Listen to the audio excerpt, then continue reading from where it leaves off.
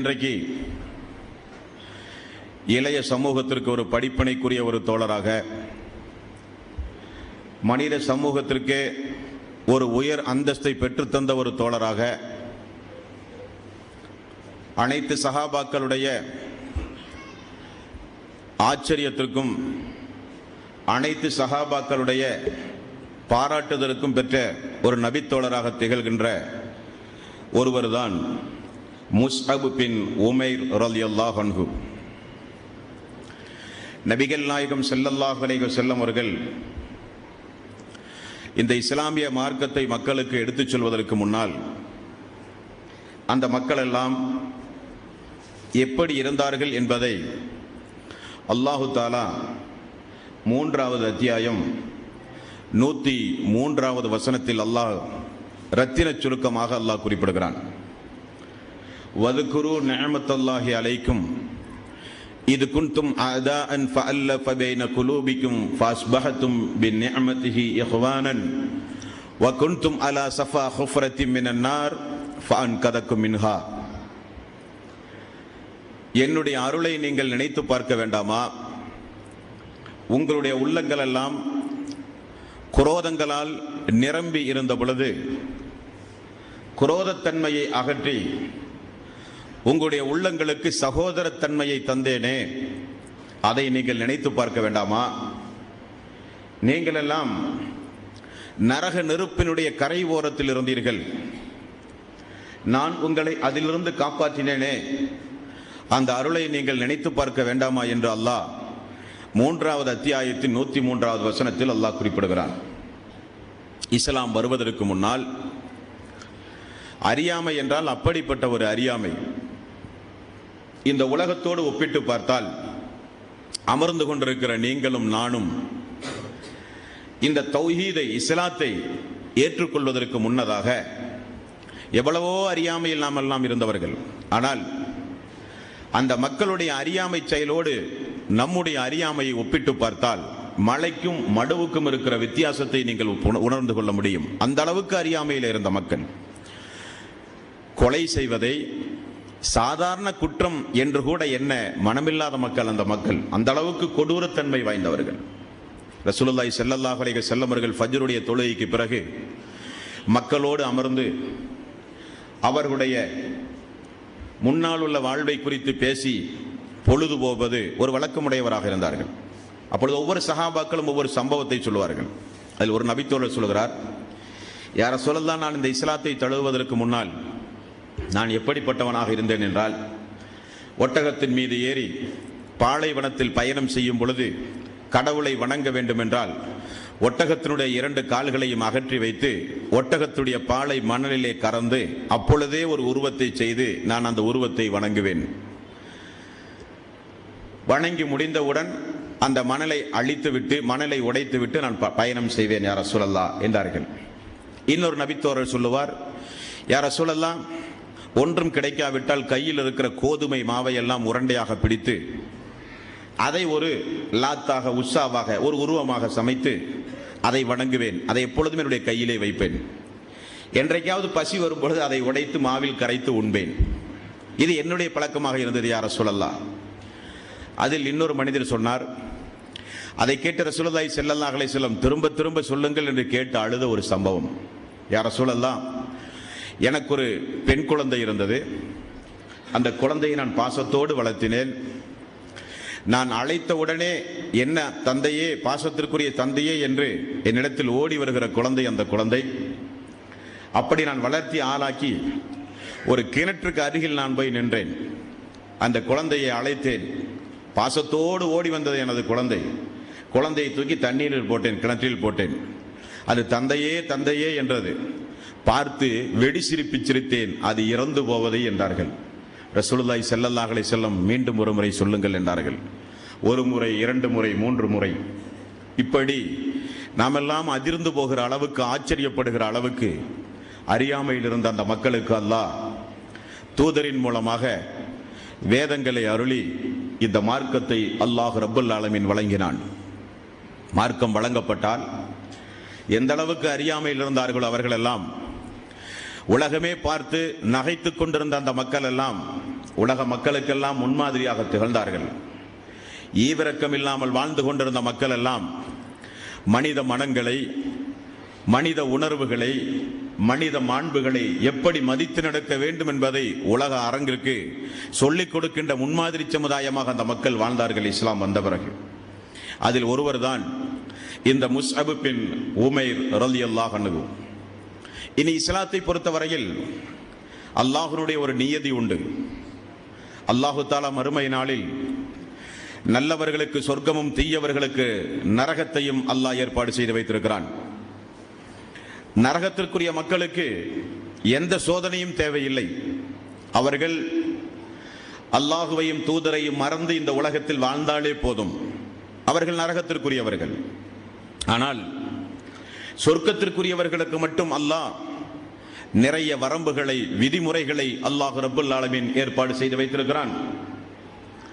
அல்லாஹு தஆலா அல்லாஹ்வுடைய தூதரை பின்பற்றி இஸ்லாத்தை ஏற்றுக்கொண்ட அந்த மக்களை குறித்து சூரத்து தௌபா 9வது அத்தியாயத்தின் 100வது வசனத்தில் அந்த மக்களை அல்லாஹ் சொல்கிறான்.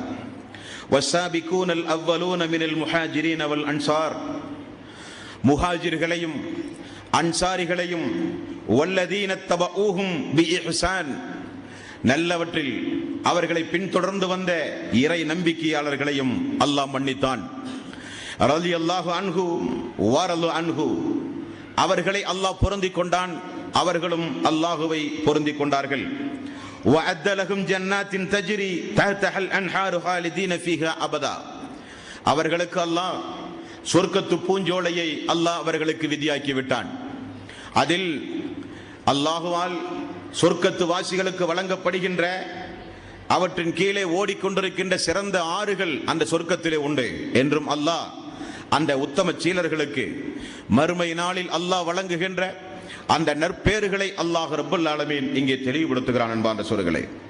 அந்த வரிசையில் சொர்க்கத்து வாசியாக அல்லாஹ்வுடைய தூதரே ஒரு கட்டத்தில் உங்களுக்கு நான் சாட்சி என்று சொல்லுகிற அளவுக்கு இந்த பூமியில் வாழ்ந்து மரணித்த ஒரு உத்தம சீலர் தான் முஸ்அப் பின் உமைர் ரலியல்லாஹு அன்ஹு. அவருக்கு ஒரு புனை பெயரும் இருந்தது, அபு அப்துல்லா. அவருக்கு ஒரு சிறப்பு பெயரும் இருந்தது, அல் முக்ரி என்று சொல்லப்படும். அல் முக்ரி என்றால் திருக்குரானில் நன்கு தேர்ச்சி பெற்ற ஒரு பயிற்சியாளர். சுப்ஹானல்லாஹ். இவருடைய சரித்திரத்தை படித்து பார்த்தால் நபிகள் நாயகம் ஸல்லல்லாஹு அலைஹி வஸல்லம் இஸ்லாமிய அழைப்பு பணி என்று எங்கெல்லாம் வருகிறதோ அங்கெல்லாம் இந்த அல் முக்ரி என்று சொல்லப்படுகின்ற திருக்குரானில் தேர்ச்சி பெற்ற, பயிற்சி பெற்ற, திருக்குரானை முழுக்க முழுக்க மனனம் செய்த, யார் இஸ்லாம் குறித்து என்ன கேள்வி கேட்டாலும் திருக்குரானிலிருந்தே பதில் சொல்லுகிற ஆற்றல் படைத்தவர் இந்த முஸ்அப் பின் உமைர் ரலியல்லாஹு அன்ஹு. இந்த சிறப்புமிக்க இந்த நபித்தோழருடைய தாய் குனாஸ் பின்த் மாலிக் என்று சொல்லப்படுகிற அம்மாவுக்கு பிறந்தவர் தான் இந்த முஸ்அப் பின் உமைர் ரலியல்லாஹு அன்ஹு. இவர் இயற்கையாகவே நல்ல வசதி படைத்தவர். ஏகத்துவத்தை ஏற்று பின்பற்றிக் கொண்டிருக்கின்ற மக்களில் பலதரப்பட்ட மக்களை நீங்கள் பார்க்கலாம்.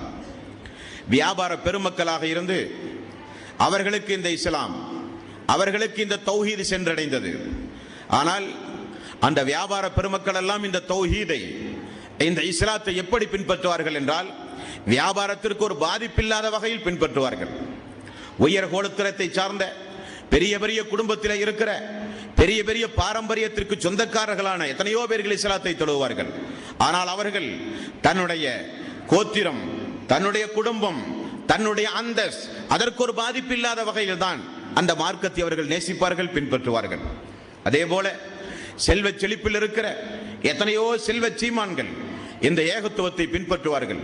அவர்களும் அவர்களுடைய அந்தஸ்திற்கு ஒரு பாதிப்பு வராத அளவுக்கு, செல்வங்கள் இழந்து விடாத அளவுக்கு, செல்வங்களும் வேண்டும், மார்க்கமும் வேண்டும், வியாபாரமும் வேண்டும், தௌஹீதும் வேண்டும், குடும்பங்களும் வேண்டும், அல்லாஹ்வுடைய மார்க்கமும் வேண்டும் என்ற அடிப்படையில் தான் இந்த உலகத்தில் மார்க்கத்தை பின்பற்றுகிற மக்களை நீங்கள் பார்த்திருப்பீர்கள்.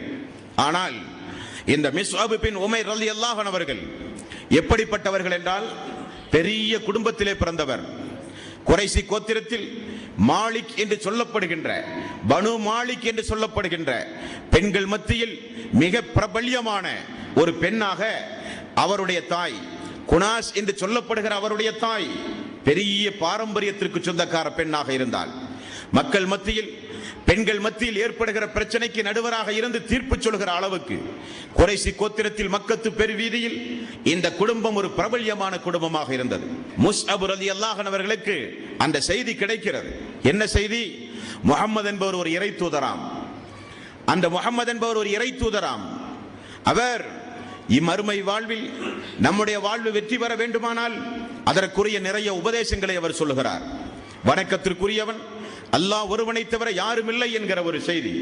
அடிமைகளிடத்திலே நீதமாக நடங்கள், பெண் குழந்தைகளை கொல்லாதீர்கள், மதுபானம் விபச்சாரம் உங்களுக்கு அருவருக்கத்தக்க காரியம், பெண்களிடத்தில் நீதமாக நடங்கள், அநியாயம் புரியாதீர்கள், பொய் பேசாதீர்கள், அவதூறுகளை பரப்பாதீர்கள் போன்ற நற்பண்புகளை எல்லாம் ரசூலுல்லாஹி ஸல்லல்லாஹு அலைஹி வஸல்லம் அவர்கள் சொல்லுகிறார் என்கிற செய்தி.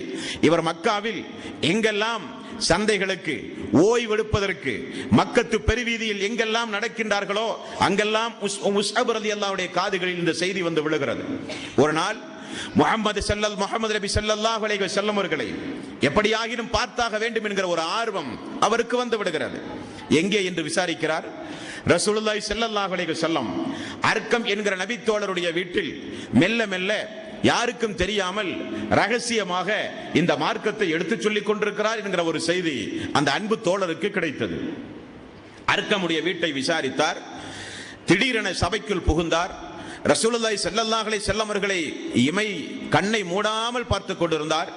அல்லாஹ்வுடைய ரசூல் பேசுகிற பேச்சு, இறக்கப்பட்ட ஆயத்தை மக்களுக்கு சொல்லிக் கொடுத்த விதம், அந்த ஆயத்தை முஸ்அப் ரலியல்லாஹு அன்ஹு அவர்கள் கேட்கிற பொழுது அவருடைய உள்ளத்திலே ஏற்பட்ட ஒரு தாக்கம், அந்த ஆயத்துக்கு இருக்கிற ஒரு ஈர்ப்பு தன்மை, அந்த ஆயத்து சொல்லுகிற சத்திய வாக்கு அனைத்தையும் பார்த்து மெய் மறந்து போய் ஒரே நாளில் எதையும் யோசிக்காமல் முஸ்அப் ரலியல்லாஹு அன்ஹு அவர்கள் அல்லாஹ்வுடைய தூதர் நபிகள் நாயகம் ஸல்லல்லாஹு அலைஹி வஸல்லம் அவர்களுடைய கையை பிடித்து இஸ்லாத்தை ஏற்றுக்கொண்டு இஸ்லாமிய மார்க்கத்தை பின்பற்றினார்கள் என்பாந்த சொல்களே.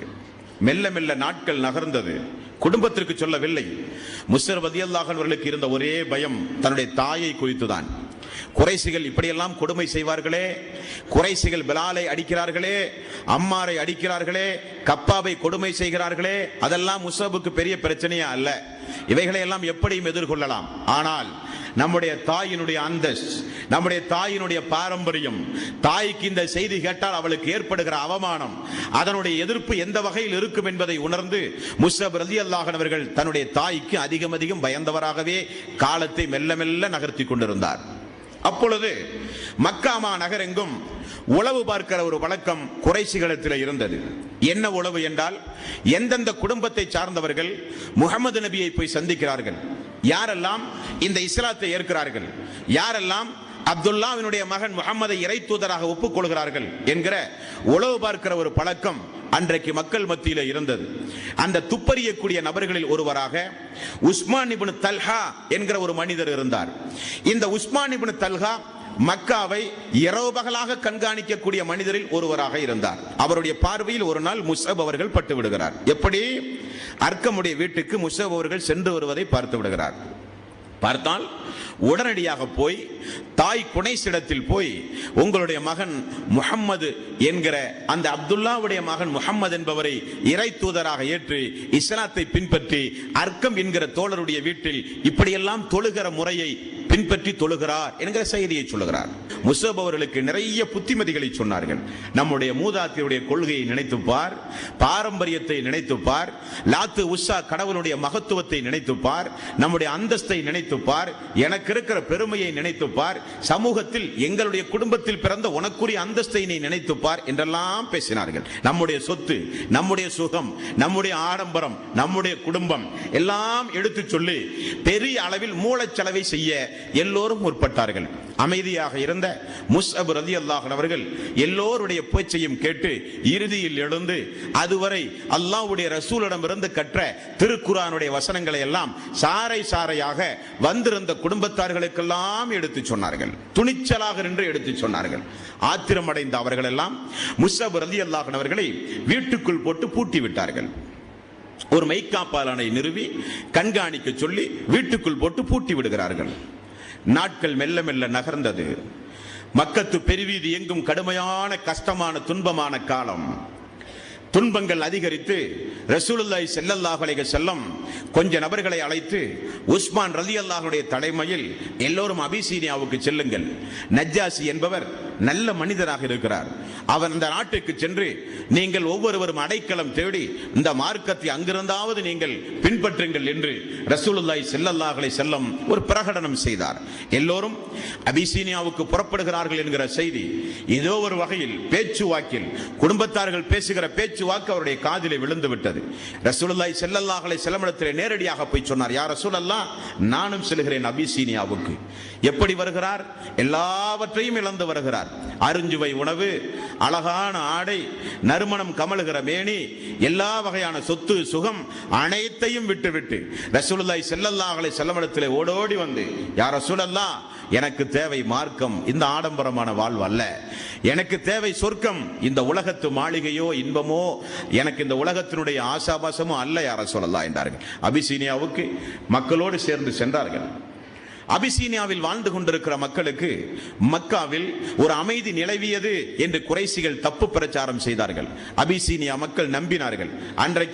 இன்றைக்கு இருக்கிறதை போல தொலைத்தொடர்பு சாதனங்கள் எல்லாம் ஒன்றுமில்லை. வதந்திகளை நம்பி எல்லோரும் வந்தார்கள். மீண்டும் அவர்களை கொடுமை செய்ய ஆரம்பித்தார்கள். வசதி வாய்ப்போடு வாழ்ந்த இந்த முஸ்அப் ரலியல்லாஹு அன்ஹு அவர்கள் அல்லாஹ்வுடைய அணியோடு சேர்ந்து ஒரே ஒரு முரட்டு ஆடை, அங்குமிங்குமாக கிழிந்து தொங்குகிற ஒரு முரட்டு ஆடையோடு ரசூலுல்லாஹி ஸல்லல்லாஹு அலைஹி வஸல்லம் எங்கெல்லாம் ஏச்சுக்கும் பேச்சுக்கும் ஆளாகிறார்களோ அவரோடு போய் வலதுபுறம் போய் நிற்பார்கள் முஸ்அப் ரலியல்லாஹு அன்ஹு அவர்கள். அல்லாஹ்வுடைய ரசூல் எப்பொழுதெல்லாம் பட்டினி கிடக்கிறார்களோ அந்த பட்டினியில் முஸ்அப் இல்லாத இடங்களே இல்லை என்று சொல்லலாம். ரசூலுல்லாஹி ஸல்லல்லாஹு அலைஹி வஸல்லம் எப்பொழுதெல்லாம் ஏழ்மை நிலையோடு மார்க்கத்தை மார்க்க பிரச்சாரம் செய்யும் பொழுது மக்களுடைய எதிர்ப்புகளுக்கு எப்பொழுதெல்லாம் ரசூலுல்லாஹி ஸல்லல்லாஹு அலைஹி வஸல்லம் ஆளாகிறார்களோ அப்பொழுது முஸ்அப் ரலியல்லாஹு அன்ஹு அவர்கள் இல்லாத இடமே இல்லை என்று சொல்லலாம். அந்த அளவுக்கு வறுமை, சோதனை, கஷ்டம் எல்லாவற்றையும் தாங்குகிற ஒரு பயிற்சியை மேற்கொண்டார்கள் உஸ்மான் ரலியல்லாஹு அன்ஹு அவர்கள். ஆன்மீகத்தின் மூலம் எடுக்கப்பட்ட பயிற்சி. நமக்கு தேவை மறுமை, நமக்கு தேவை சொர்க்கம், நமக்கு இந்த இம்மை வாழ்வு நிச்சயம் நமக்கு எந்த வகையிலும் நமக்கு மறுமையிலே எந்த லாபத்தையும் பெற்று தராது என்பதை முஸ்அப் ரலியல்லாஹு அன்ஹு அவர்கள் நன்றாகவே புரிந்து வைத்திருந்தார்கள். நாட்கள் மெல்ல மெல்ல சென்றது. ரசூலுல்லாஹி ஸல்லல்லாஹு அலைஹி வஸல்லம் அவர்களுக்கு கடுமையான எதிர்ப்பு மக்கத்து பெருவீதியில். அப்பொழுது அல்லாஹு தஆலா நபிகள் நாயகம் ஸல்லல்லாஹு அலைஹி வஸல்லம் அவர்களுக்கு ஹிஜ்ரத் பயணம் செய்கிற ஒரு முன்னறிவிப்பை அல்லாஹ் ரப்பல் ஆலமீன் ஏற்பாடு செய்தான் என்பது உங்களுக்கு தெரியும். இதற்கு முன்னதாக நபிகள் நாயகம் ஸல்லல்லாஹு அலைஹி வஸல்லம் அவர்களுக்கு மக்காவில் கடுமையான எதிர்ப்பு. எந்த அளவுக்கு என்றால் அர்க்கம் வீட்டில் கூட இஸ்லாமிய பிரச்சாரம் செய்ய முடியாத நிலைமை. ஊர் விட்டெல்லாம் ஒதுக்கி வைத்து பார்த்தார்கள். ரசூலுல்லாஹி ஸல்லல்லாஹு அலைஹி வஸல்லம் இந்த மக்கத்து மக்கள் ஏற்காவிட்டாலும் தாயிஃபுக்கு சென்றாவது இந்த மார்க்கத்தை சொல்லுவோமே என்று நடைபயணமாக தன்னுடைய அடிமை ஸைத் ரலியல்லாஹு அன்ஹு அவர்களை அழைத்துக் கொண்டு ரசூலுல்லாஹி ஸல்லல்லாஹு அலைஹி வஸல்லம் தாயிஃபுக்கு சென்றார்கள். அங்கே எதிர்பார்த்ததை விட மோசமான ஒரு விளைவை அல்லாஹ்வுடைய ரசூல் சந்திக்க நேர்ந்தது. மக்கள் ஓட ஓட அடித்தார்கள் ரஹ்மத்துல் ஆலமீனை. அல்லாஹ்வுடைய ரசூல் காலடி எடுத்து வைக்கிற ஒவ்வொரு இடங்களிலும் இரத்தத்தினுடைய சுவடுகள் இருந்ததாக வரலாற்று ஆசிரியர்கள் குறிப்பிடுகிறார்கள். எந்த அளவுக்கு என்றால் அல்லாஹ்வுடைய ரசூல் தளர்ந்து போய் ஒரு இடத்தில் அமரும் பொழுது வானவர்கள் வந்து, அல்லாஹ்வுடைய ரசூலே, அல்லாஹ் அனுமதி கொடுத்து விட்டான், நீங்கள் மட்டும் அனுமதித்தால். என்ன அனுமதி? இந்த தாயிஃப் நகர மக்களை சுற்றி இருக்கிற மலைகளை பெயர்த்து அந்த மக்களின் மீது போட்டு அந்த மக்களை அழிக்க அல்லாஹ் நாடுகிறான், நீங்கள் அனுமதித்தால் என்றார்கள். ரசூலுல்லாஹி ஸல்லல்லாஹு அலைஹி வஸல்லம் எனக்கு பிறகு இவர்களுக்கு பிறகு வருகிற சமூகமாவது இந்த மார்க்கத்தை ஏற்றுக்கொள்வார்கள், நான் அதற்காக வேண்டி அனுப்பப்பட்டவன் அல்ல என்றார்கள். தாயிஃப் நகர மக்களும் அல்லாஹ்வுடைய ரசூலை துரத்தி துரத்தி அடித்தார்கள். விளைவு என்னானது? அல்லாஹ்வுடைய ரசூல் வாரத்திற்கு ஒரு முறை நடைபெறுகிற உக்காசா என்கிற சந்தைகளுக்கு அல்லாஹ்வுடைய ரசூல் சென்றார்கள். வெளி ஊரில் இருந்து வருகிற மக்களை எல்லாம் போய் சந்தித்து, மக்களை நில்லுங்கள், எனக்கு ஒரு 10 நிமிடம் நேரத்தை ஒதுக்குங்கள், நான் அல்லாஹ்வுடைய ரசூல், என்னை நீங்கள் பார்த்ததில்லையா? நான் பொய் பேசாதவன், ஏமாற்றாதவன். இந்த கொள்கையை சொல்வதன் மூலம் நான் எந்த ஒரு லட்சியத்தையும் அடைய நான் விரும்பவே இல்லை. என்னுடைய பாரம்பரியம், என்னுடைய செல்வாக்கு, எனக்கு இருக்கிற அந்தஸ்தெல்லாம் நீங்கள் அறிவீர்கள். நான் சொல்வதை கேளுங்கள் கேளுங்கள் என்று சந்தைக்கு வந்து போகிற வியாபார பெருமக்களை எல்லாம் அல்லாஹ்வுடைய ரசூல் பின்தொடர்ந்து மார்க்கத்தை வாரத்திற்கு ஒரு முறை சொல்லுகிற நிலை ஏற்பட்டது. மினாவில் மினா, முஸ்தலிபா, அரஃபா போன்ற புறநகர் பகுதியில் ரசூலுல்லாஹி ஸல்லல்லாஹு அலைஹி வஸல்லம் ஹஜ்ஜுக்கு வருகிற மக்களை எல்லாம் வருடத்திற்கு ஒரு முறை சந்தித்து இஸ்லாமிய பிரச்சாரம் செய்தார். அப்பொழுது மதீனாவிலே இருந்து அஸ்அத் ரலியல்லாஹு அன்ஹுடைய தலைமையில் ஒரு 5 பேர் வந்தார்கள். வந்து அல்லாஹ்வுடைய ரசூலோடு அமர்ந்து இந்த மார்க்கத்தை ஏற்றுக்கொண்டார்கள். ஏற்றுக்கொண்டு மதீனா சென்றார்கள். மதீனா சென்ற அஸ்அத் ரலியல்லாஹு அன்ஹு அவர்கள் தன்னால் என்ற தனக்கு தெரிந்த மார்க்க உபதேசத்தை மக்கள் மத்தியிலே மெல்ல மெல்ல எடுத்து சொல்லி அல்லாஹ்வுடைய ரசூலுடைய அந்த மார்க்க பொன்மொழிகளை எல்லாம் எடுத்து சொல்லி குறைந்த ஒரு 10 நபர்களை அல்லாஹ்வுடைய ரசூலை பார்ப்பதற்காக வேண்டி அழைத்து வந்தார்கள். அழைத்து வந்து 10:75 ஆனது, இரண்டாவது அக்கபா உடன்படிக்கை. இதற்கு இடையில் என்ன நடக்கிறது என்றால், அஸ்அத் ரலியல்லாஹு அன்ஹு அவர்கள் சொன்னார்கள், அல்லாஹ்வுடைய ரசூலே, மதீனாவுக்கு நாங்கள் ஆரம்பத்தில் மினாவிலே உங்களை சந்தித்தோமே, மதீனாவுக்கு சென்றோமே, மார்க்க பிரச்சாரம் செய்தோம், எல்லோரும் இலகிய மனம் படைத்தவர்கள், மார்க்கத்தை இலகுவாக ஏற்பார்கள். ஆகவே உங்களில் திருக்குர்ஆனை நன்கு தேர்ச்சி பெற்ற நபர்களை மதீனாவுக்கு என்னோடு அனுப்புங்கள் யா ரசூலல்லாஹ், நான் வீட்டில் தங்க வைத்து பத்திரமாக அவரை பாதுகாப்பேன் யா ரசூலல்லாஹ் என்று ரசூலுல்லாஹி ஸல்லல்லாஹு அலைஹி வஸல்லம் இடத்திலே முறையிட்டார்கள். அங்கே அபூபக்கர் சித்திக் ரலியல்லாஹு அன்ஹு அவர்கள் உண்டு, உஸ்மான் ரலியல்லாஹு அன்ஹு அவர்கள் உண்டு, ஸைத் பின் ஜாபித் ரலியல்லாஹு அன்ஹு அவர்கள் உண்டு. திருக்குர்ஆனில் பலர் தேர்ச்சி பெற்றவர்கள் அங்கே இருந்தும் நபிகள் நாயகம் ஸல்லல்லாஹு அலைஹி வஸல்லம் முஸ்அப் ரலியல்லாஹு அன்ஹு அவர்களை பிரதிநிதியாக மதீனாவுக்கு தேர்வு செய்தார் என்பது குறிப்பிடத்தக்கது. அந்த நேரத்தில் முஸ்அபுக்கு துணையாக ரசூலுல்லாஹி ஸல்லல்லாஹு அலைஹி வஸல்லம் திருக்குர்ஆனில் தேர்ச்சி பெற்ற இன்னொரு நபித்தோழரையும் அல்லாஹ்வுடைய ரசூல் அனுப்பினார். அவர் யார் தெரியுமா? அவர்தான் அப்துல்லா இப்னு உம்மி மக்தும், கண் தெரியாத நபித்தோழர். அவரிடத்தில் யாரும் சட்டென பேசிவிட முடியாது. எதை பேசினாலும் அல்லாஹ்வுடைய ஆயத்தை கொண்டு மறுமொழி சொல்லுகிற அளவுக்கு குர்ஆனில் தேர்ச்சி பெற்றவராக இருந்தார் அப்துல்லா இப்னு உம்மி மக்தும். அவரையும் இந்த முஸ்அப் ரலியல்லாஹு அன்ஹு அவர்களையும் மதீனாவுக்கு தாயிகளாக, பிரச்சாரர்களாக இஸ்லாமிய மார்க்கத்தை மக்கள் மத்தியில் ஆணித்தரமாக எடுத்துச் சொல்வதற்காக, அல்லாஹ்வுடைய ஆயத்தை கொண்டு அந்த மக்களை நேர்வழிப்படுத்துவதற்காக ரசூலுல்லாஹி ஸல்லல்லாஹு அலைஹி வஸல்லம் மதீனாவுக்கு அனுப்பினார்கள்.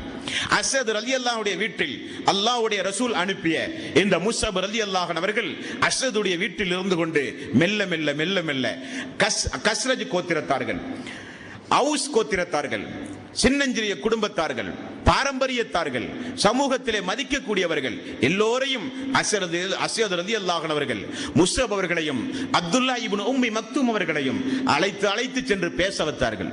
பேசினால் என்ன விளைவு ஏற்பட்டது தெரியுமா அந்த சொல்லுங்களே? இன்றைக்கு இந்த சமூகத்தில் நிறைய தாயிகள் உண்டு, இஸ்லாமிய பிரச்சாரர்கள். அவர்களுடைய பேச்சுக்களின் மூலம் எத்தனையோ மக்கள் இஸ்லாமிய மார்க்கத்தை ஏற்றுக்கொண்டவர்கள் உண்டு.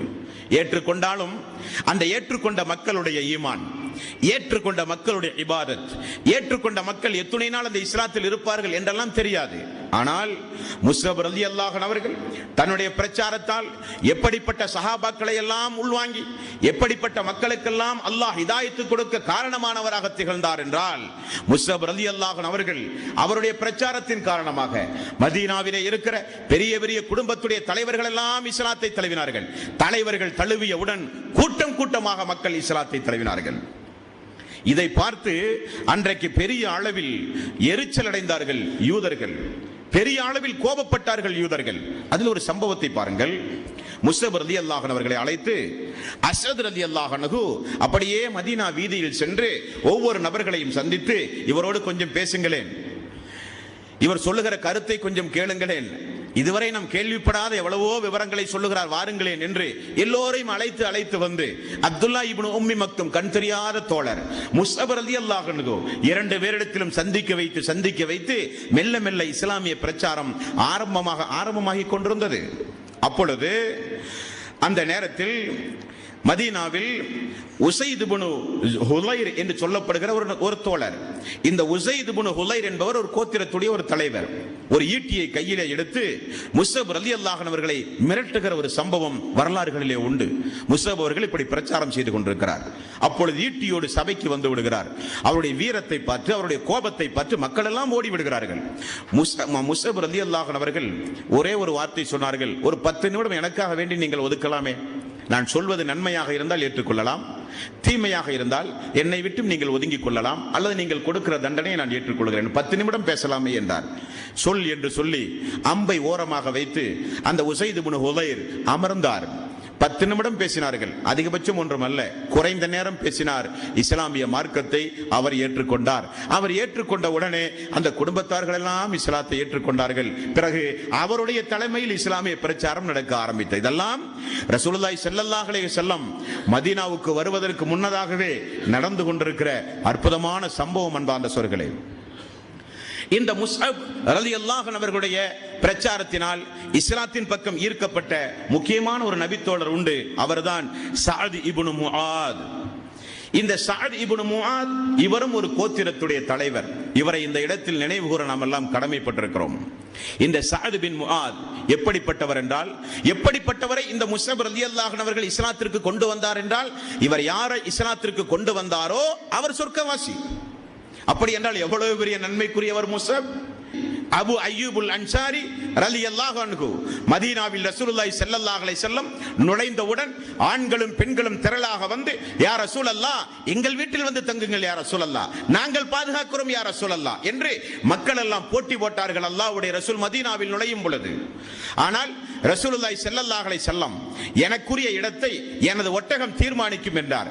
ஒட்டகம் நடந்து எங்கே அமர்கிறதோ அது எனது இடம் என்றார்கள் ரசூலுல்லாஹி ஸல்லல்லாஹு அலைஹி வஸல்லம். இருந்த இடம் எது என்றால் அபு அய்யூபுல் அன்சாரி ரலியல்லாஹு அன்ஹு அவருடைய இடம், அவருடைய வீடு. யா ரசூலல்லாஹ், நீங்கள் கீழே படுங்கள், நான் மேலே படுக்கிறேன் என்றார். ரசூலுல்லாஹி ஸல்லல்லாஹு அலைஹி வஸல்லம் கீழ்ப்படுத்தவர் மேலே படுத்துக் கொண்டிருந்தார். திடீரென உறங்கியவர் கீழே ஓடி வந்தார். யா ரசூலல்லாஹ், உங்களுக்கு மேல் நான் படுப்பதை போல உணர்கிறேனே யா ரசூலல்லாஹ், அது என்னால் முடியாது, நீங்கள் எனக்கு மேல் படுக்க, நான் கீழே படுக்கிறேன் என்று சொன்ன அபு அய்யூபுல் அன்சாரி பத்ர் போரில் பங்கெடுத்து முன்பின் பாவங்கள் எல்லாம் மன்னித்தேன் என்று அல்லாஹ் சொல்லுகிறானே, அந்த அபு அய்யூபுல் அன்சாரி இஸ்லாமிய மார்க்கத்திற்கு வருவதற்கு முக்கிய காரணம் இந்த முஸ்அப் ரலியல்லாஹு அன்ஹு. அவ்வளவு பெரிய ஒரு தலை சிறந்த தாயியாக முஸ்அப் ரலியல்லாஹு அன்ஹு அவர்கள் திகழ்ந்தார்கள் அன்பார்ந்த சகோதரர்களே. நபிகள் நாயகம் ஸல்லல்லாஹு அலைஹி வஸல்லம் அவர்கள் இந்த முஸ்அப் ரலியல்லாஹு அன்ஹு அவர்களுக்கு நிறைய சிறப்புகளை அல்லாஹ்வுடைய ரசூல் கூறினார்கள். இந்த முஸ்அப் ரலியல்லாஹு அன்ஹு அவர்கள் எப்பொழுதெல்லாம் நபிகள் நாயகம் ஸல்லல்லாஹு அலைஹி வஸல்லம் தாவாவுக்கு, இஸ்லாமிய பிரச்சாரங்களுக்கு அல்லாஹ்வுடைய ரசூல் எப்பொழுதெல்லாம் ஆளெடுக்க வேண்டும் என்று முடிவு செய்கிறார்கள், அப்பொழுதெல்லாம் பிரதிநிதியாக முக்கிய இடங்களுக்கு ரசூலுல்லாஹி ஸல்லல்லாஹு அலைஹி வஸல்லம் அனுப்புவது இந்த முஸ்அப் ரலியல்லாஹு அன்ஹு அவர்களைத்தான். ஒரு நாள் மக்களுடைய அவையில் ஒரு முரட்டு துணியை போர்த்தி கொண்டு ஒரு பரட்டை தலைவியோடு ஏழ்மையான தோற்றத்தில் முஸ்அப் ரலியல்லாஹு அன்ஹு அவர்கள் வந்து அமர்கிறார்கள். மக்கள் எல்லாம் பார்த்து, இந்த மக்கத்து பெருவீதியில் எப்படியெல்லாமோ ஓடிச்சாடி வளர்ந்த எங்களுடைய முஸ்அப் இந்த மார்க்கத்தை ஏற்ற ஒரே காரணத்திற்காக இப்படிப்பட்ட ஏழ்மையான நிலையில் அல்லாஹ்வுடைய ரசூலும் நாங்களும் பட்டினி கிடக்கிற சபையில் வந்து இப்படியெல்லாம் பட்டினி கிடக்கிறார்களே, ஒரு செல்வச்சீமானாக வாழ்ந்த ஒரு மாமனிதர் என்று சஹாபாக்கள் எல்லாம் பரிதாபத்தோடு பார்த்த பல சம்பவ நேரங்களில் எல்லாம் ரசூலுல்லாஹி ஸல்லல்லாஹு அலைஹி வஸல்லம் என்னுடைய முஸ்அப் அல்லாஹ்வையும் அல்லாஹ்வுடைய ரசூலையும் நேசித்தார். என்னுடைய முஸ்அப் அல்லாஹ்வையும் அல்லாஹ்வுடைய ரசூலையும் நேசித்து உலகத்தை எல்லாம் அல்லாஹ்வுக்காக வேண்டி தூக்கி வீசியவர் என்னுடைய முஸ்அப் என்று ரசூலுல்லாஹி ஸல்லல்லாஹு அலைஹி வஸல்லம் பாராட்டி சீராட்டி சொல்லப்பட்டவர் அந்த முஸ்அப் ரலியல்லாஹு அன்ஹு அவர்கள். அப்படிப்பட்ட முஸ்அப் ரலியல்லாஹு அன்ஹுடைய வாழ்க்கையில் தான் பத்ர் போர் நடந்தது. பத்ர் போரிலே பங்கெடுத்தார். பத்ர் போரில் பங்கெடுத்து முஸ்அப் ரலியல்லாஹு அன்ஹு அவர்கள் உஹது போரையும் சந்தித்தார். உஹது போர் நடந்து கொண்டிருந்த சம்பவங்கள் எல்லாம் ஒரு நீண்ட ஒரு வரலாறு. கடுமையான அடிப்படையில் பத்ரில் தோர்த்து போன குறைஷிகள் எல்லாம் மறைமுகமான முனாஃபிக்குகளுடைய ஆதரவோடு, மறைமுகமான யூதர்களுடைய ஆதரவோடு உஹது என்று சொல்லப்படுகிற இடம் மதீனாவிலே இருந்து குறைந்த கிலோமீட்டர், 10 கிலோமீட்டர் தூரம் விட்டால் அவர்கள் மதீனாவிற்குள் புகுந்து அடிக்கிற அளவுக்கு எல்லோரும் படையும் பட்டாளங்களையும் திரட்டி வந்த நேரம். அந்த நேரத்தில் ரசூலுல்லாஹி ஸல்லல்லாஹு அலைஹி வஸல்லம் ஊருக்குள் இருந்து கொண்டு மக்களை எதிர்ப்பதா அல்லது ஒரு குறிப்பிட்ட ஒரு பொது இடத்திற்கு சென்று எதிரிகளை சந்திப்பதா என்கிற ஆலோசனை நடத்தினார்கள். அப்பொழுது முனாஃபிக்குகள் எல்லாம் சேர்ந்து ஊருக்குள் இருந்து நாம் எதிர்ப்போம், வெளியே செல்ல வேண்டாம் என்றெல்லாம் பேசினார்கள். முஹாஜிர்கள் எழுந்து சொன்னார்கள், ஊருக்குள் இருந்து கொண்டு நாம் போர் செய்தால் பெண்களை காப்பாற்ற முடியாது, குழந்தைகளை காப்பாற்ற முடியாது. மதீனா நகரம் ஒரு புனிதமிக்க நகரம், அந்த புனிதத்தன்மை கெட்டுவிடும். யா ரசூலல்லாஹ், செல்லுவோம் உஹது மலை அடிவாரத்திற்கு செல்லுவோம் என்று திட்டம் போட்டு உஹதுக்கு சென்றார்கள் அல்லாஹ்வுடைய ரசூல். போர் வியூகம் எல்லாம் அமைக்கப்பட்டது. அபூபக்கர் அபூபக்கர் சித்திக் ரலியல்லாஹு அன்ஹுடைய தலைமையில் அல்லாஹ்வுடைய ரசூல் ஒரு குன்றின் மீது குறிப்பிட்ட சஹாபாக்களை நிறுத்தினார்கள். ஆர்டர் போட்டார்கள். அல்லாஹ்வுடைய ரசூல், நான் உங்களுக்கு கட்டளையிடுகிற வரை நீங்கள் கீழே இறங்கக்கூடாது, அது எப்படிப்பட்ட மோசமான விளைவை நாங்கள் சந்தித்தாலும் சரி என்று ரசூலுல்லாஹி ஸல்லல்லாஹு அலைஹி வஸல்லம் கட்டளை பிறப்பித்து குன்றின் மீது சஹாபாக்களை நிறுத்தி ஆரம்பகட்ட தாக்குதல் நடத்தினார்கள். குன்றின் மீது உள்ளவர்களும் தாக்க, கீழே இருக்கிற தரைவழி தாக்குதலும் நடத்த எதிரிகள் எல்லாம் சின்னாபிண்டமாகி ஓடினார்கள். அவர்கள் விட்டு சென்ற கனிமத்து பொருளை எடுக்க வேண்டும் என்கிற ஆர்வத்தோடு தோழர்கள் எதிரிகள் ஓடிவிட்டார்கள். வெற்றி நமக்குத்தானே என எண்ணி தூதருடைய கட்டளை எதிர்பார்க்காமல் கீழே இறங்கினார்கள். இறங்கினால் மலையை சுற்றி வந்து பின்புறம் இருந்து அடிக்க ஆரம்பித்தார்கள். எல்லோரும் ஓடினார்கள். ஓடியவர்களை எல்லாம் அல்லாஹ் மன்னித்தான் என்கிற ஆயத்தை 3வது அத்தியாயத்தின் 61வது வசனத்தில் குறிப்பாக உங்களுக்கு நான் சொல்லி இருக்கிறேன். அப்பொழுது நபிகள் நாயகம் ஸல்லல்லாஹு அலைஹி வஸல்லம் அவர்கள் மீது எந்த ஒரு அம்பும் தாக்காத அளவுக்கு அல்லாஹ்வுடைய ரசூலை சுற்றி வலதுபுறம், இடதுபுறம், முன்புறம், பின்புறம் என்று சுற்றி சுற்றி ரசூலுல்லாஹி ஸல்லல்லாஹு அலைஹி வஸல்லம் அவர்களை பாதுகாத்த சஹாபாக்களில் 70 பேர்களில் இந்த முஸ்அப் ரலியல்லாஹு அன்ஹு அவர்களும் ஒன்று. நேரம் மெல்ல மெல்ல செல்ல செல்ல அந்த 70 சஹாபாக்களும் தாக்கு பிடிக்காத நேரம் வர அல்லாஹ்வுடைய ரசூலை இலக்காக வைத்தவர்கள் தாக்குவதை உணர்ந்து உடனடியாக ஒரு குதிரையின் மீது ஏறி அல்லாஹ்வுடைய ரசூலின் மீது அவர்களுக்கு இருந்த கவனத்தை திசை திருப்ப முஸ்அப் ரலியல்லாஹு அன்ஹு அவர்கள் மக்கள் மத்தியிலே பேசலானார். முகக்கவசம் அணிந்து, தலைக்கவசம் அணிந்து, அவர்தான் அல்லாஹ்வுடைய ரசூலோ என எல்லோரும் நினைக்கக்கூடிய அளவுக்கு மக்களுடைய கவனத்தை திசை திருப்பினார். உஹது போரில் ஒட்டகத்தின் மீது ஏறி அமர்ந்து ஓதலானார் அல்லாஹ்வுடைய ஆயத்தை. முஹம்மது கொல்லப்பட்டார் என்று முஸ்அபை கொன்ற குறைஷிகள் முஹம்மதை கொன்றுவிட்டோம் என்று பேசுகிற நேரத்தில் தான் அபூபக்கர் சித்திக் ரலியல்லாஹு அன்ஹு அவர்கள், பாவிகளே, அல்லாஹ்வுடைய ரசூல் இன்னும் உயிரோடு உண்டு என்று அறைகோவல் விடுத்தார்கள். முஸ்அப் ரலியல்லாஹு அன்ஹு அவர்கள் அதில் ஷஹீதானார்கள். போர் முடிந்தது. போர் முடிந்தால் ரசூலுல்லாஹி ஸல்லல்லாஹு அலைஹி வஸல்லம் எல்லோரையும் போய் பார்த்து, ஒவ்வொரு சஹாபாக்களையும் பார்த்து அவர்களை எடுத்து வைத்து அவர்களுக்காக வேண்டி பிரார்த்தனை செய்து அடக்குகிற முயற்சியை ரசூலுல்லாஹி ஸல்லல்லாஹு அலைஹி வஸல்லம் செய்து கொண்டிருந்தார்கள். அப்பொழுது ஹல்லலா என்று சொல்லப்படுகிற ஒரு நபி தோழர், அவரை சுற்றி அடிக்கின்ற அந்த மிகப்பெரிய கடுமையான பாலைவனத்து பெருவீதியினுடைய அந்த வெயிலில் அவரை சுற்றி மட்டும் சிறிது தண்ணீர் இருந்தது. ரசூலுல்லாஹி ஸல்லல்லாஹு அலைஹி வஸல்லம், என்னுடைய ஹல்லலாவுடைய விஷயம் என்ன என்று கேட்டார்கள். ரசூலுல்லாஹி ஸல்லல்லாஹு அலைஹி வஸல்லம் அவர்களுக்கு தோழர் வீட்டுக்கு சென்று வந்து பதில் சொன்னார்கள். ஹல்லலா இல்லற வாழ்க்கையில் ஈடுபட்டு கொண்டிருக்கும் பொழுது போருக்கு வந்தார் யா ரசூலல்லாஹ் என்று சொல்லப்பட்டது. குளிப்பு கடமையான நிலையில் போருக்கு வந்து இறந்த காரணத்தினால் மலக்குமார்களால் குளிப்பாட்டப்பட்டவர். ஆகவேதான் ஹல்லலா ரலியல்லாஹு அன்ஹு அவர்களுக்கு சிறப்பு பெயர் உண்டு. அவர் மலக்குமார்களால் குளிப்பாட்டப்பட்ட நபி தோழர். ஹம்ஸா ரலியல்லாஹு அன்ஹு அவர்களை ரசூலுல்லாஹி ஸல்லல்லாஹு அலைஹி வஸல்லம் அவர்கள் பார்க்கிறார்கள். கோரமான நிகழ்ச்சி, கண்களும் காதுகளும் உறுப்புகள் எல்லாம் சிதைக்கப்பட்டு ஹம்ஸா ரலியல்லாஹு அன்ஹு அவர்கள் கோரமாக கிடக்கிற ஒரு காட்சி. முஸ்அப் ரலியல்லாஹு அன்ஹு அவர்களும் அந்த போரில் வீரமரணம் அடைந்ததை ரசூலுல்லாஹி ஸல்லல்லாஹு அலைஹி வஸல்லம் அவர்கள் பார்த்தார்கள். பார்த்துக்கொண்டு அல்லாஹ்வுடைய ரசூல் அந்த நேரத்தில் ஓதிய ஒரு ஆயத்துண்டு, 33வது அத்தியாயத்தின் 23வது வசனம்.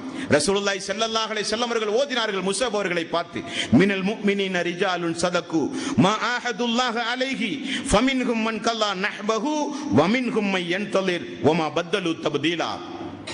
அல்லாஹ்விடத்தில் இறை விசுவாசிகள் கொடுத்த சத்திய பிரமாணம் வாக்கு மூலத்தை நிறைவேற்றியவர்களும் உண்டு, அதை உண்மை என்று விசுவாசித்தவர்களும் நம்மில் உண்டு. அல்லாஹ்விடத்தில் கொடுத்த வாக்குறுதியை நிறைவேற்றிய மக்கள், அல்லாஹ்விடத்திலே கொடுத்த வாக்குறுதியை எதிர்பார்த்து கொண்டிருக்கிற மக்கள், இப்படி 2 மக்கள் உண்டு. அதில் அல்லாஹ்விடத்தில் கொடுத்த வாக்குறுதியை உண்மைப்படுத்திய மக்கள் எல்லாம் இந்த மனித சமூகத்திலே உண்டு என்று ரசூலுல்லாஹி ஸல்லல்லாஹு அலைஹி வஸல்லம் அவர்கள் முஸ்அப் ரலியல்லாஹு அன்ஹு அவர்களை பார்த்து பாராட்டி சீராட்டி சொல்லப்பட்ட வசனம். அல்லாஹ்வுடைய ரசூல் முஸ்அப் அவர்களை பார்த்து சொன்னார்கள், முஸ்அபே, நீ மக்கத்து பெருவீதியில் எங்களோடு இந்த இஸ்லாமிய மார்க்கத்தை ஏற்றுக்கொண்டிருக்கும் பொழுது எந்த அளவுக்கு செல்வ செழிப்போடு ஆடம்பரமாக வாழ்ந்தாயோ, உம்முடைய மேனியில் இன்றைக்கு இரத்தக்கரை படிந்த மண் புழுதி இருப்பதை நான் பார்க்கிறேனே என்று ரசூலுல்லாஹி ஸல்லல்லாஹு அலைஹி வஸல்லம் அவர்கள் சொன்னார்கள். அது மட்டுமல்ல, எந்த தோழருக்கும் அன்றைக்கு மதீனாவில், அன்றைக்கு உஹது மலை அடிவாரத்தில் இறந்து கிடந்த எந்த தோழருக்கும் பயன்படுத்தாத ஒரு வாசகத்தை ரசூலுல்லாஹி ஸல்லல்லாஹு அலைஹி வஸல்லம் முஸ்அப் ரலியல்லாஹு அன்ஹு அவர்களுக்கு பயன்படுத்தினார். என்ன வாசகம் என்றால், முஸ்அபே, நிச்சயமாக அல்லாஹ்வின் மீது சத்தியமாக நான் சொல்கிறேன், நீங்கள் செய்த இந்த தியாகம் அல்லாஹ்வுக்காக வேண்டிதான் செய்தீர்கள் என்பதற்கு நான் மறுமையில் சாட்சி என்றார்கள். நான் சாட்சி, என்னுடைய முஸ்அப் அல்லாஹ்வுக்காக வேண்டிதான் இதை செய்தார், என்னுடைய முஸ்அப் இஹ்லாஸாகத்தான் இந்த உயிர் தியாகம் செய்தார் என்பதற்கு நான் சாட்சி என்று ரசூலுல்லாஹி ஸல்லல்லாஹு அலைஹி வஸல்லம் அவர்கள் சொன்னார்களே, அவர்தான் அந்த முஸ்அப் ரலியல்லாஹு அன்ஹு. அது மட்டுமல்ல, ரசூலுல்லாஹி ஸல்லல்லாஹு அலைஹி வஸல்லம் அவருடைய காலத்திற்கு பிறகு அப்துர் ரஹ்மான் இப்னு அவுஃப் ஒரு பிரசித்தி பெற்ற ஒரு நபித்தோழர். அவர் மதீனா வந்த பிறகு மிகுந்த செல்வாக்கை பெற்றார், நிறைய பொருளாதாரத்தை பெற்றுக் கொண்டார். ஒரே இரவில் 30 அடிமைகளை விடுதலை செய்கிற அளவுக்கு பெரிய வசதி படைத்தவராக ஆனார் அப்துர் ரஹ்மான் இப்னு அவுஃப். இந்த அப்துர் ரஹ்மான் இப்னு அவுஃப் ஒரு நாள் மக்காவில் தவாபு செய்கிறார். அப்பொழுது அபுல் ஹய்யாஜ் என்கிற ஒரு தோழர், அவர் ஒரு தாபிஈன். இந்த அபுல் ஹய்யாஜ் என்கிற தோழர் அந்த வயது முதிர்ந்த அந்த பெரியவரை பார்க்கிறார். அப்துர் ரஹ்மான் இப்னு அவுஃப் தவாபில் செய்கிற ஒரு துவா, அல்லாஹுவே, கஞ்சத்தனத்தை விட்டு என்னை நீ பாதுகாப்பாயாக யா அல்லாஹ். அபுல் ஹய்யாஜ் அவர்கள் விசாரிக்கிறார், இந்த துவாவை கேட்கிற இந்த பெரியவர் யார் என்று. தவாபில் வந்த மக்கள் சொன்னார்கள், அவர்தான் அப்துர் ரஹ்மான் இப்னு அவுஃப், பிரசித்தி பெற்ற ஒரு நபி தோழர், சொர்க்கவாசி என்ற அல்லாஹ்வுடைய தூதரால் நற்சான்றிதழ் பெற்ற ஒரு நபி தோழர் என்று சொல்லப்படுகிறது. இந்த அப்துர் ரஹ்மான் இப்னு அவுஃப் ஒரு நாள் 2 ஹதீஸ் வருகிறது. ஒன்று, நோன்பு இருக்கிற பொழுது இவர் இதை சொன்னார் என்றும், மரண படுக்கையில் இருக்கிற பொழுது நினைவு கூறினார் என்றும் 2 சம்பவம் வருகிறது. எதாக இருந்தாலும் அவர் நினைவு கூறிய சம்பவம் நமக்கு பிரதானமானது. கையில் உயர் ரகமான ஒரு பேரித்தங்கடியை கையிலே வைத்துக் கொண்டு உண்பதற்கு பகரமாக மக்களை பார்த்து தேம்பி தேம்பி தாடி நினைகிற அளவுக்கு அப்துர் ரஹ்மான் இப்னு அவுஃப் ரலியல்லாஹு அன்ஹு அவர்கள் அழுதார்கள். மக்கள் கேட்டார்கள், அப்துர் ரஹ்மான் இப்னு அவுஃப் அவர்களே, என்ன காரணம், என்ன நினைப்பு உங்களுக்கு வந்தது? நான் நினைத்து பார்க்கிறேன் முஸ்அபை, நான் அந்த முஸ்அப் ரலியல்லாஹு அன்ஹு அவர்களை நினைத்து பார்க்கிறேன். அந்த நேரத்தில் அவர் எப்படிப்பட்ட செல்வ சீமானாக வாழ்ந்தார். மார்க்கத்தை ஏற்றுக்கொண்ட ஒரே காரணத்திற்காக எங்களோடு சேர்ந்து உண்பதற்கு உணவில்லாமல் பிலால் அவர்கள் எப்படி பசியும் பட்டினியுமாக, அபூ ஹுரைரா ரலியல்லாஹு அன்ஹு அவர்கள் எப்படி மூளையில் சுரண்டு கிடந்தாரோ அங்களதெல்லாம் இந்த முஸ்அப் ரலியல்லாஹு அன்ஹு அவர்கள் இருந்ததை இன்றைக்கும் நான் நினைத்து பார்க்கிறேன். ஆனால் இந்த உயர் ரகமான பேரித்தம்பலம், இந்த வசதி வாய்ப்பு, இவைகளெல்லாம் கிடைப்பதற்கு முன்னதாகவே முஸ்அப் ரலியல்லாஹு அன்ஹு அவர்கள் அல்லாஹ்வுடைய ரசூல் உயிரோடு வாழ்ந்த காலத்திலேயே சென்று விட்டாரே என்பதை நினைத்து நான் வேதனைப்படுகிறேன். எங்களில் நிறைய பேர்கள் மக்காவிலே சொத்துக்களை இழந்தாலும், வீடுகளை இழந்தாலும், சுகங்களை இழந்தாலும், வறுமையிலே வாடினாலும், சோதனைகளை சந்தித்தாலும், மதீனா வந்த பிறகு அல்லாஹ்வுடைய செல்வச் செழிப்பு எங்களுக்கு வந்தது. பொருளாதாரம், வசதி வாய்ப்பு, ஆடம்பரமான வாழ்வு, எல்லா வசதி வாய்ப்பையும் நாங்கள் அடைந்தோம். ஆனால் ஒன்றுமே இல்லாமல் முஸ்அப் ரலியல்லாஹு அன்ஹு அவர்கள் இறந்து போனாரே, அதை நினைத்து நான் ஆச்சரியப்படுகிறேன், அவரை நினைத்து நான் பெருமைப்படுகிறேன் என்றார். என்னுடைய முஸ்அப் மரண நேரத்தில் உஹது போர்க்களத்தில் எப்படி கிடந்தார் என்பதை இன்றைக்கும் நான் நினைத்து பார்க்கிறேன். எப்படிப்பட்ட வண்ண வண்ண ஆடைகளோடு, விலை உயர்ந்த ஆடைகளோடு, மக்களுடைய கண்களை கவருகிற ஆடையோடு மக்கத்து பெருவீதியில் வலம் வந்த முஸ்அப் ரலியல்லாஹு அன்ஹு அவர்கள் உஹது போர்க்களத்தில் மரணித்த பொழுது அவரை போர்த்துவதற்கு கவன் துணி கூட கிடையாது. இருந்த ஒரு ஆடையை வைத்து போர்த்தி பார்த்தால் தலை மட்டும் தான் போர்த்த முடிகிறது. ரசூலுல்லாஹி ஸல்லல்லாஹு அலைஹி வஸல்லம் புற்பூண்டுகளை எல்லாம் கொண்டு வந்து முஸ்அப் ரலியல்லாஹு அன்ஹுடைய மீதமுள்ள உடம்பை மறைத்து அடக்கம் செய்த வரலாற்றுக்கு சொந்தக்காரர் முஸ்அப் ரலியல்லாஹு அன்ஹு அவர்கள். அவருடைய தியாகம், அவருடைய துணிச்சல், அவர் மார்க்கத்திற்காக வேண்டி செய்த அவருடைய பணி அனைத்தையும் படித்து பார்த்து பாடங்கள் பல பெற்று நாமும் இந்த உலகத்தை விட்டு மரணிக்கிற பொழுது நாமும் இந்த இஸ்லாத்திற்கு, இஸ்லாமிய மார்க்கத்திற்கு, ஏகத்துவ வளர்ச்சிக்கு ஏதோ ஒரு வகையில் பாடுபட்ட நிலையில் மரணிக்கின்ற நன்மக்களாக அல்லாஹ் நம் அனைவர்களையும் ஆக்கி அருள் புரிவானாக. வாஹிர் தௌவானா அனில் ஹம்துலில்லாஹி ரப்பில் ஆலமீன். அஸ்ஸலாமு அலைக்கும் வரஹ்மத்துல்லாஹி.